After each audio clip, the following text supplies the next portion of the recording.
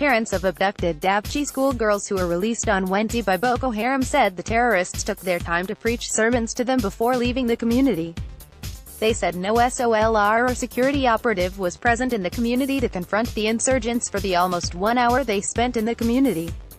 Dapchi village burst into joyous mood as residents chorused Baba Oyoyo, Baba Oyoyo, in apparent appreciation of President Muhammadu Buhari, whom they felt engineered the negotiation of the girls as he promised them when he visited last week.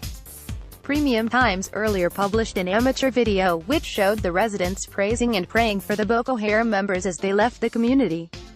It was a thing of joy for us in Dapchi when suddenly we began to see trucks moving into the town at about 8 a.m. in the morning, said Ibrahim Hussaini, a resident of Dapchi. They brought the girls and then they were telling the general public that they should not go back to Western education schools, that what they did was not terrorism but rather the propagation of Islamic knowledge, said Mr. Hussaini, who said his sister was among the released girls. Kucha Abukar, who is the secretary of the abducted Dapchi schoolgirls' parents group, said he received a phone call from relatives in Gumsa town that they saw Boko Haram gunmen coming towards Dapchi with the girls. He said when he broke the news to the villagers, the people became scared and began to flee in fear.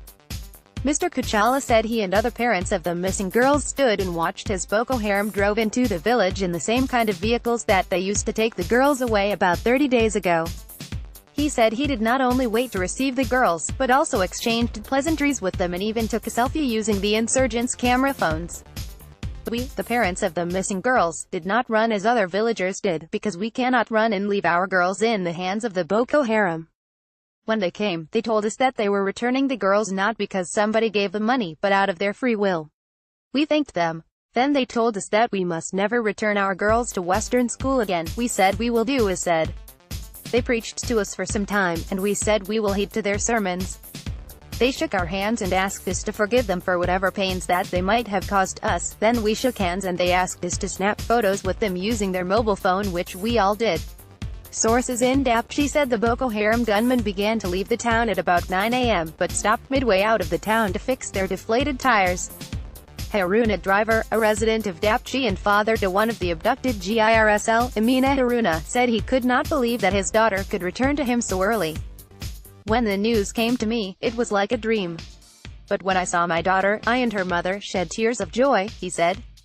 Sadly, we could not spend much time with her before she was taken to the hospital and then to Abuja. We thank God for his kindness and mercy on us. We thank the President and all those that worked hard to see that our daughters returned to us safely. Security operatives stood down. Sources within the Nigeria military and Yobe State told Premium Times that they were told beforehand that the girls would be released on Wednesday morning. A middle-rank solr in Dapchi who spoke to journalists on condition of anonymity said all security operatives around the Dapchi community were on red alert that the girls would be returned by the Boko Haram gunmen and all solrs were asked to pull out. The solrs had to withdraw to the extreme flanks of the village where they pinned down and waited on alert to respond accordingly, should the insurgents change their minds and begin to attack. The solrs, the outskirts of the village who prevented travelers, including journalists, from accessing the community, later had to withdraw from their position as they saw the Boko Haram gunmen driving into the community. We have no option than to obey instruction from above, said the solr. All we did was to pull out to allow them carry out what they negotiated with the government, and no one can question such instruction, especially as it has to do with the lives of these young women. They treated us well. Schoolgirl, one of the freed schoolgirls, Khadija Grandma, who spoke with journalists in Dapchi, gave a detailed account of their journey after Boko Haram insurgents abducted them on February 19.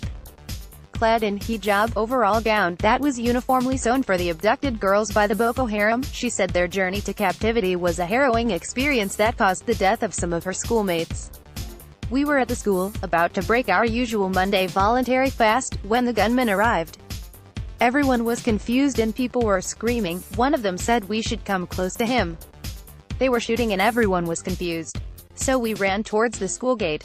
When we got there, they called on one Babangida to bring vehicles. They brought the vehicles and began to drive us away. Outside Dapchi, they asked that who amongst us were fasting, and some of us that were fasting were asked to come down from the vehicle. They gave us maltina, meat, ground nut cake and pure water. We had our prayers after breaking the fast. Then we continued our journey until we got to a place with a big tree. They stopped and we were asked to cook food. It was dark, so they put on lamps. After eating, then we continued the journey for a long time until we got to a place where there is river. We came down from the trucks and they asked us to enter some canoes that took us across the river. Across the river, they took us to a house in one village that I don't know. We stayed there for some time. The next day, they came to ask us to come out and we were taken to the river and continued the journey until we got to where a thick forest area. That was where they kept us, and they have not changed our location since then. They have been feeding us very well. They treated us very well. They did not beat us. They did not molest us. The people that took us away were all speaking Kanuri in Arabic. They didn't tell us any meaningful reason why we were freed and returned. They just said we are Muslims and they felt it was right for them to free us so that we will not suffer. She said some of the girls, apparently the very